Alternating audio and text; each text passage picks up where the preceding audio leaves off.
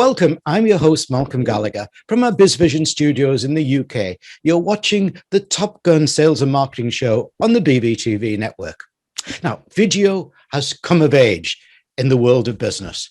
A big statement, but for some time, marketers have tended to shy away from video, believing that to be successful, big production budgets are needed. And if great production wasn't applied, then the result would be amateurish.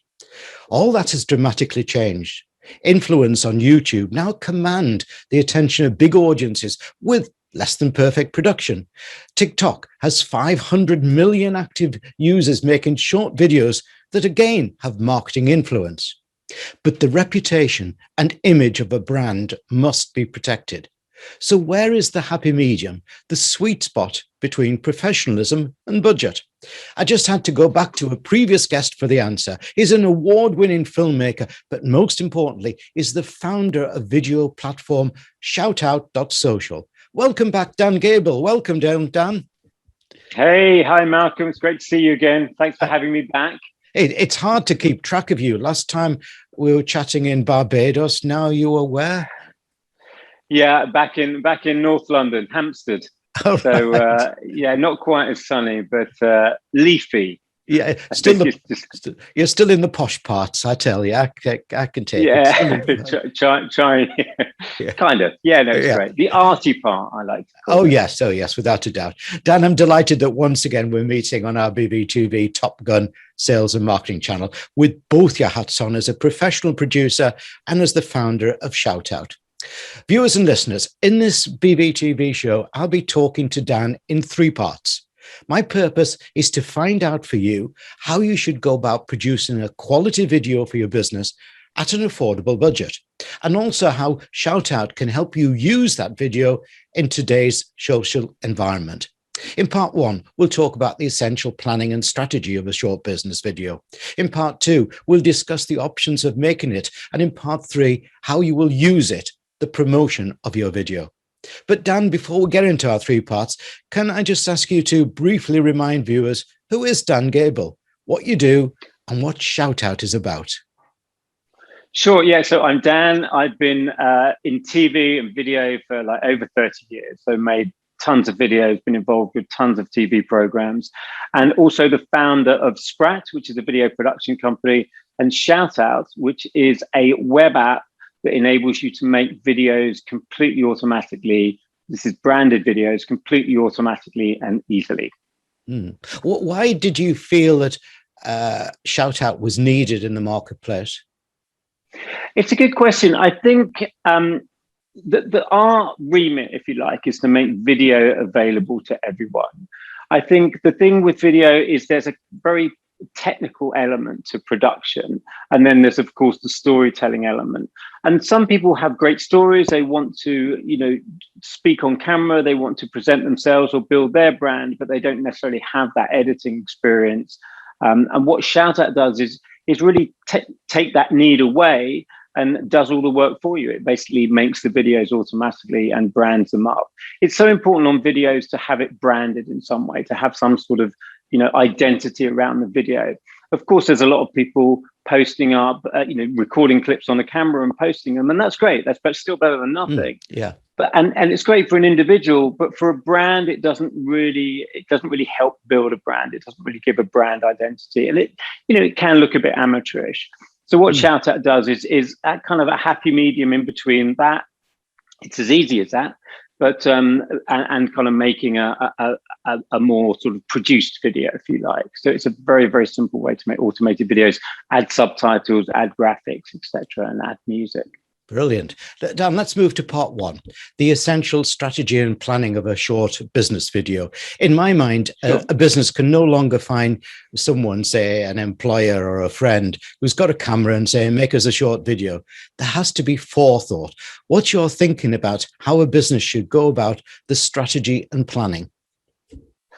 It's a great question. And I work with a lot of companies in terms of video production. And something I see all the time, maybe not all the time, but a lot of the time, is, you go into a meeting and they talk about they want to make an animation, or they want to make this kind of video or that kind of video. They want it to be 3 minutes long.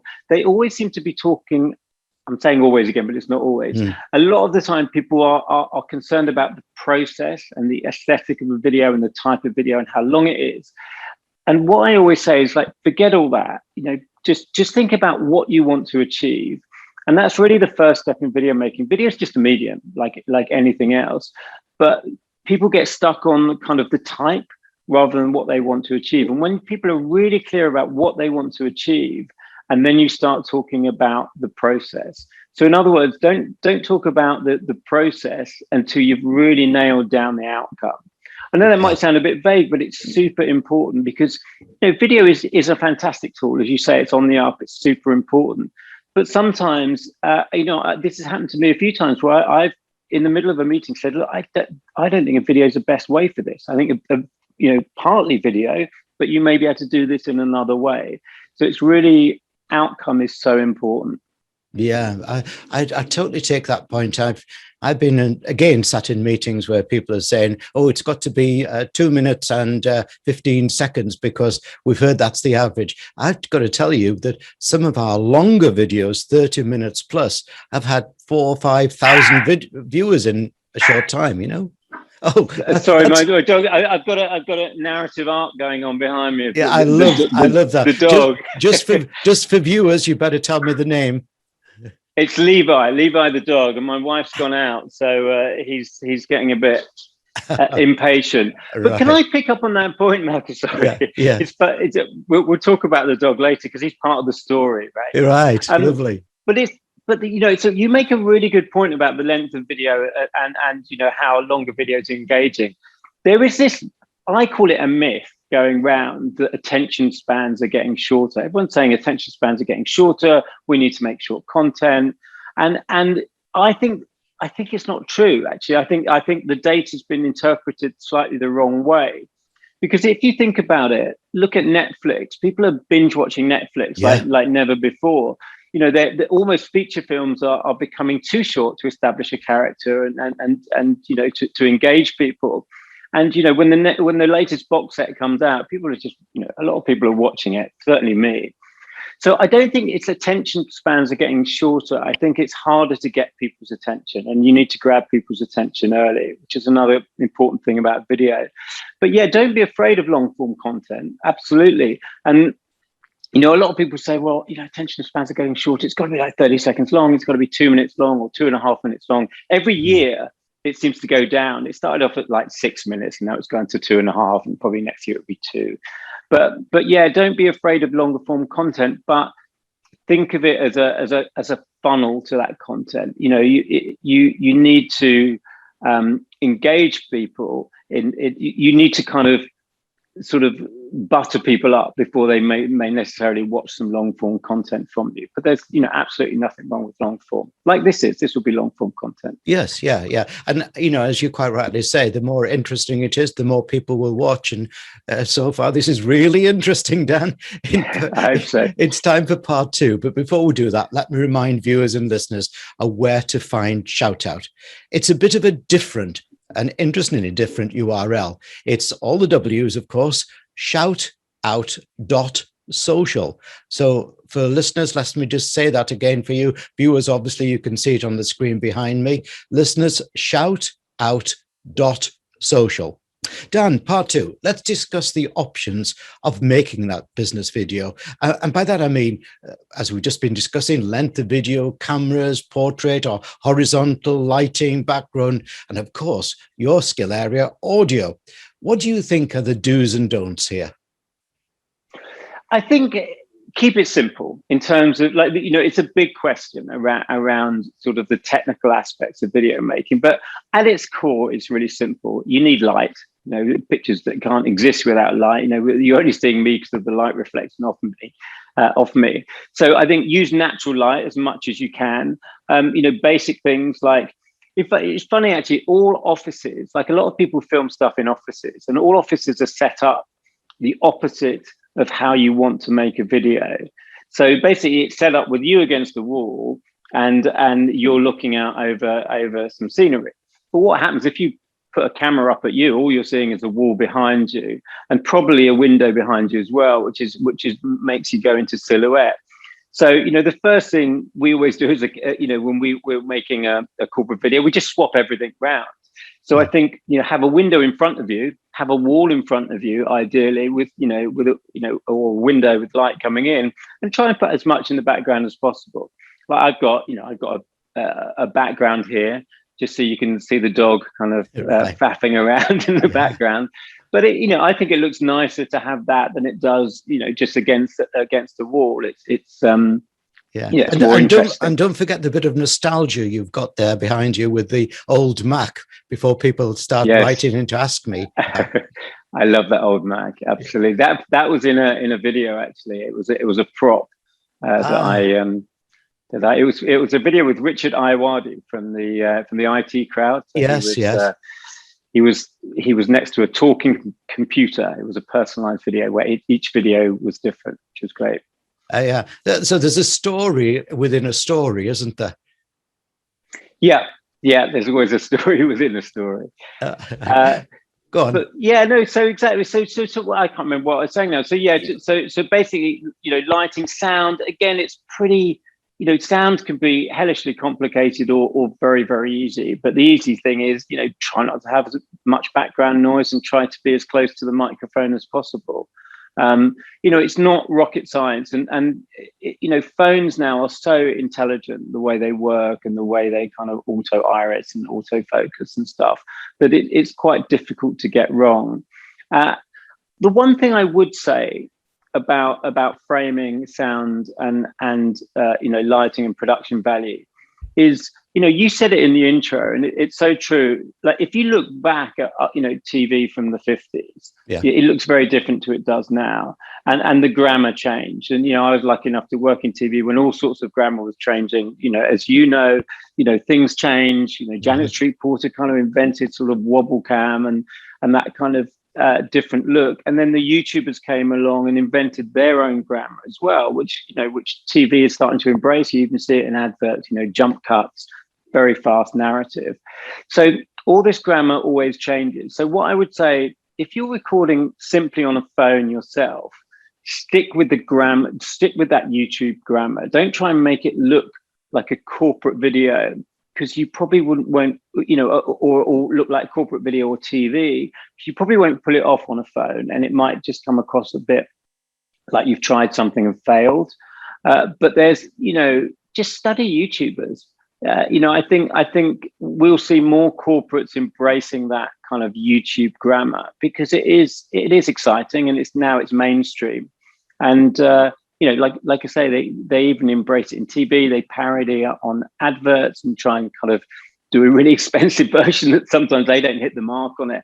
But so just kind of look at what other people are doing and do that. You see a lot of videos where just people are walking along with their phone, talking, completely acceptable. It's become a style now. If you look on LinkedIn, just to plug ShoutOut a bit, we've got a template that makes these LinkedIn videos, but you've seen the style where you've got the rectangular video in the middle, you've got a banner at the top with some sort of call to action text, and you've got the subtitles at the bottom. That's now become a style. So mimic those styles. They become styles for a reason, and they stick. If you're working with companies like, as I've worked with Disney, in that you're giving a brand manual, do you think you need a playbook for a company regarding the video output, the style which is acceptable, the words are acceptable, the almost the image that should be put out by the business? So it's an interesting question. I've read, as a video maker, you spend a lot of time reading style guides and brand bibles. I have to say, and maybe I shouldn't say this, but a lot of them are very similar, and a lot of them are very kind of generic. And I think probably it's a great business to be in, actually, building those style guides. But I think yes and no. I think brand integrity is important in terms of logo and fonts and stuff. But the way to think about it, and also actually, before I talk about that, the other thing that's really coming to the fore at the moment is personal brand. I think we're in the age of authenticity in terms of communication, and really honest communication is key. And people want to know they want to know the people behind companies. They want to know the why in a company as opposed to the how. They don't want to see that a company's they don't care about money. They care about, why people are doing it. What's the motivation for doing it? So, you look at, I know it's been around for a while, but people like, Elon Musk, they're bigger, and Jeff Bezos, they're bigger almost than their brands. And people care about the brands because they care about them. Yes. And I think, and it's shifted a bit from caring about them because they're very, very wealthy to caring about them about what they stand for. So I think, video is a great way to show a personal brand. If you're a founder of a company or an entrepreneur, people want to know, what makes you tick? What's the thinking behind the company? Because, brand, maybe I'm going off your topic a bit, and apologies, but there's so much competition now with just about everything that the differentiator is the people and the why, and what their kind of values are and why they're doing what they're doing, and that's so important. And it will only become more important as there's more and more competition. Yeah, Yeah, sorry. Yeah, you're right there, Dan, because but things haven't changed. For 30, 40 years I've been teaching people how to win contracts and everything. And what people buy first is the person, then they buy the company, then they buy, what the service is. It's always the person, isn't it? Yeah. It absolutely, and you're right, and things haven't changed. But what has changed is there's a wider reach for the people. So video is about amplifying the people behind the brand as much as the brand itself. And I think that's where companies kind of go wrong with video a bit. They assume that they've got to make a really expensive video to match their brand. They kind of get an agency in, they have big budgets, it's a very polished piece, but it kind of feels sometimes a bit generic and also doesn't really connect. It's super, you look at TikTok, you see, it is for youngsters, but it's also not just for youngsters. And you see clips of Elon Musk, and they could be shot on an iPhone, and you're riveted by what he has to say. It doesn't matter about the production value; it's the story that's important always. Yeah. So, but going back to kind of corporate branding, I think you need a logo. I think you need some sort of an identity, just so they know it's your brand. But the way I kind of almost look at it, and the kind of thinking behind ShoutOut actually, is that, like, you look at the news, for example. It's a slightly odd thing to say, but if you look at the news, you know it's the news. You've got your kind of corporate branding at the beginning, and you've got your corporate branding at the end. But in the middle, you could have Skype calls, WebEx calls. You can have all sorts of different quality of broadcast. Yes. And it doesn't matter because you've got that wrapper around the content itself. And I think what people also don't do so much is there's three brands. Basically, you've got your personal brand, you've got your business brand, but you've also got the brand of the content itself. And I think social media is a great way that you can brand your content. It could be like tip of the day. This is branded content. This is thankfully the second time I've been here, and the setup's the same. You've got the same. Everything's similar, but the content is different. Mm-hmm. So I think I hope I'm explaining that right. But you've got a great opportunity to brand your content with your brand, but the content exists as something that's familiar. Yeah. And the beauty of what this is as well is that we can spin it out or strand it out, this video, because we can use audio for the podcasts, and we can do little clips, the Dan clips and so on, can't we? Exactly. Look at TV. I always look back at TV because that's, that's a great place to look, historically. People remember TV series. They don't really remember one-offs. Because you look at something like, I don't know, Top Gear. It's got a format. You know the format. The content changes every week, but the format stays the same, and people kind of know what they're going to get. You can even it's even changed presenters, but it's still Top Gear. It's still got a format. So I think formats are a great way to make it much easier to make content, because you can just kind of leverage that format. Formats in TV are hugely valuable as well. That's where the money is in telly, and it should for good reason, because but there's no reason why a corporate can't make a format by just doing a 15-second piece to camera saying, this is my tip of the day. And they do that every day, and you've got a format, and then people will start gravitating towards that. You'll start getting like repeat viewing, and it's great for marketing, right? Yeah. Watch out for the new format that we're about to launch then. Dan, we've reached part 3. We've made our video. We've got it approved if we need to do it internally. That takes some time. By the way, I've seen it in corporates. Yeah. And now it needs to be used or promoted. What's your top tips here? And how does using ShoutOut help with the promotion? Oh, and can a business video go viral? Really, yeah, all great questions. I think let me do the third one last. Yes, business videos, of course, they can go viral. But I just want to say something about video, and maybe it's controversial, maybe not, I don't know. But I think in reality, no one knows how to make a viral video, or no one knows really how to make a great video. And it's a kind of odd thing to say, but if you think about it, if people knew how to make great videos all the time, every video would be great.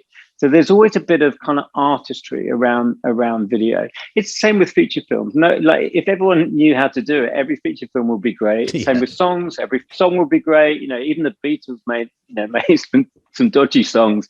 So that's part of the beauty of it. Don't forget there is an artistry to it. So no one really knows how to make it great. All the people I've heard talking about how videos went viral always do it after the event rather than before. I've never heard someone say, I'm going to show you how to make this video viral and then make it viral. They kind of post-analyze a viral video and try and work out what why it did it. But no one really knows. It's very complicated. There's a lot of psychology going on. But that said, I think. Sorry, I'm completely lost. I've completely lost my train of thought. Listen, I just went off on this is the benefit of talking to geniuses like you, because your mind is buzzing all the time. Let's get back to. That's very kind. Yeah, get me back on track, Malcolm. Sorry about that. So get back to so you might have to remind me of the question. So I just went off on one there in my own head. No, I love that, and I'm not cutting it out, by the way. There's no editing here. Perfect. We were talking about going viral and then how ShoutOut can help you promote your video as well. Great. Yeah, so ShoutOut is basically, it's a way of making branded content programmatically, if you like. Yeah. So the way, we touched on it, but the way to think about video, I think to think about video as a single piece of content is a real mistake. I often equate it to meeting your neighbors. So basically, you may walk past them a few times, and you start to acknowledge them, and then you might say hi, and then you might have a conversation, and you become friends. And it's all about repetition. Yeah. And it's exactly the same with video. You shouldn't think of it as just one piece of content. Yes, you can have a video on a landing page, and that's fine. But the real power of video is in familiarity. Right. So what ShoutOut enables you to do is make your branding template, and then make episodic content incredibly quickly and easily. Share it natively on social media. Schedule it to share. But it's really about making the process more programmatic and repetition. And that's really what it's about. If you look at influencers, YouTubers, all they're really doing differently is they're just doing it over and over and over again. They're just making content regularly, and there isn't an influencer that doesn't post regularly. It's impossible. And the other thing, I guess it's slightly off subject again, but and people say it, but it's so easy to say, but slightly more difficult to do, is don't worry if you get it wrong. No. I think if you're using something like ShoutOut and you're making these episodic videos, things get better over time, but they're not going to get better without doing it. And it's really the same with any kind of corporate communication. You've got to get it wrong a few times in order to get it right. But there's a thing about fail fast. Just keep going, make this content. Don't take it sort of too seriously. Don't agonize over it. I've worked with companies that have just agonized over content for so long, and they've almost kind of edited the life out of it, really. And the spirit, and the other thing is, find someone you can trust, whether it's an agency, a video agency, or just someone outside the organization that you can really trust to get feedback about your content. It's a bit like photographs, like, I don't know if you've ever had this, but, I've had a photograph of me. I look at it, go, oh my God, that's horrible. And everyone's going, that's a great photo of you. And I'm like, but it's horrible. And so sometimes you're like, I'm not just about talking about like you appearing on camera, but people will sometimes relate to your brand different to you do, and don't get too fussy about video, because all the real successful viral videos, they all have a little kind of magic spark to them, and people, it's really interesting the way you phrase it. Can a corporate video go viral? But it's almost, there's a bit of an intonation on corporate to say, like, but it's a corporate video. I wouldn't think of think of all videos as engagement. Don't feel you have to sell on every video, even though I'm plugging ShoutOut. I'm a fine one to talk. But yeah, it's about making it entertaining, making it interesting, providing value. Ultimately, really what you need to do is provide value. Yeah. So are you saying that a good video should be conversational rather than presentational? I'm not necessarily saying that. I think it's just about providing value in whichever way you can provide value.